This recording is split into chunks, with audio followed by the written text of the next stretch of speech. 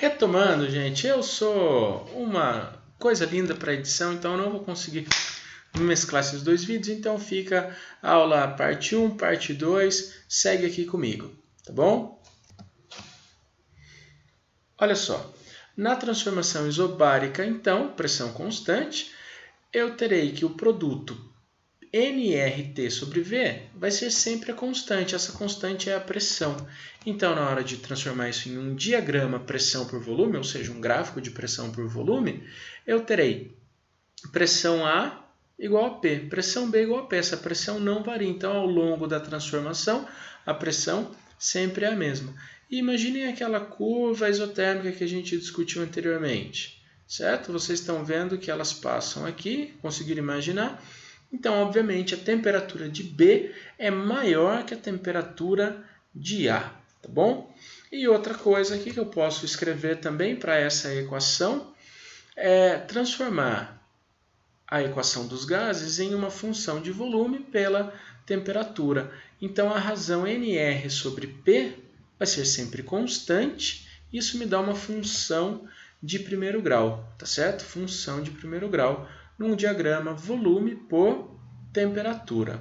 E observem que aqui está pontilhado, porque a temperatura zero na escala Kelvin é impossível de ser atingida, ela é um conceito, tá certo? Na natureza a gente não tem essa situação de temperatura. E também não existe um gás que ocupe volume zero. Tá? Se o volume é zero, quer dizer que não existe gás ali. Tá? O volume do gás ser zero, quer dizer que não existe gás. E aí não tem o menor sentido isso. Tudo bem? E agora na transformação isométrica, ou também chamada isovolumétrica ou isocórica. Eu quero dizer aqui então que o volume está sempre constante. Então, volume A e volume B podem ser cancelados aqui na equação e sobra apenas pressão por temperatura. Então, pressão de A sobre temperatura de A é igual a pressão de B sobre temperatura de B. E, de novo, aqui na equação dos gases, né? Tendo V constante, tendo o volume constante, pois é uma transformação isovolumétrica, tá certo? Volume constante, ou seja, nRT sobre pressão,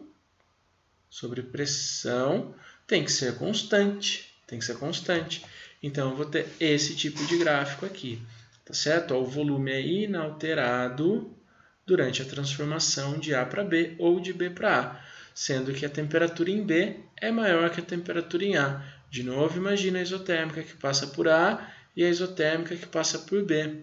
Como B é a isotérmica mais alta, é a maior temperatura. E posso também escrever esta equação como pressão em função da temperatura, escrevendo esse gráfico, de novo, uma função de primeiro grau, porque a razão nR sobre V é constante. A discussão aqui de temperatura zero, ser pontilhado, é a mesma. Tudo bem? E eu vou voltar para o simulador agora, tá? Para a gente ver essas três transformações de uma maneira um pouquinho mais palatável, certo? Retomando com vocês aqui na tela principal do aplicativo de novo, vou clicar aqui em Ideal, tá? Escolher partícula leve, é mais bonitinho de ver, mais legal. E vou bombear partículas aqui para dentro, tá? Eu posso escolher o que eu mantenho constante agora. Se eu colocar nada, é o que fizemos lá atrás. Posso escolher manter volume, temperatura ou pressão constante. Seguindo a ordem ali da aula, eu vou manter a temperatura constante, tá bom? Então, vejam, se a temperatura é constante, eu aumento o volume. O que aconteceu com a pressão? Ela diminui, tá certo? Então, mais uma vez, eu aumento o volume, a pressão diminui. Agora eu vou diminuir o volume, olha só a pressão, ela aumentou, tá certo? Então aqui eu percebo a relação inversa entre pressão e volume. Quanto maior a pressão, menor o volume. Quanto menor a pressão, maior o volume. Observem lá a pressão, como ela cai. Maravilha?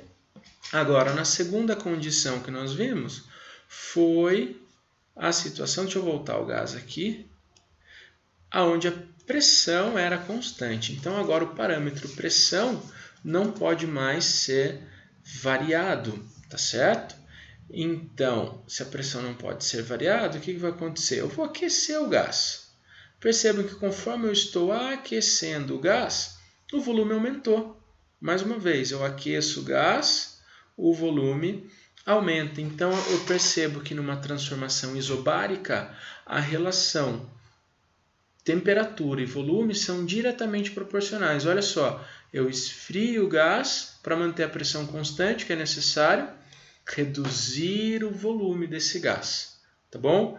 Então, pressão e temperatura, volume e temperatura são diretamente proporcionais numa transformação isobárica. E agora, por fim, uma transformação isométrica ou isocórica.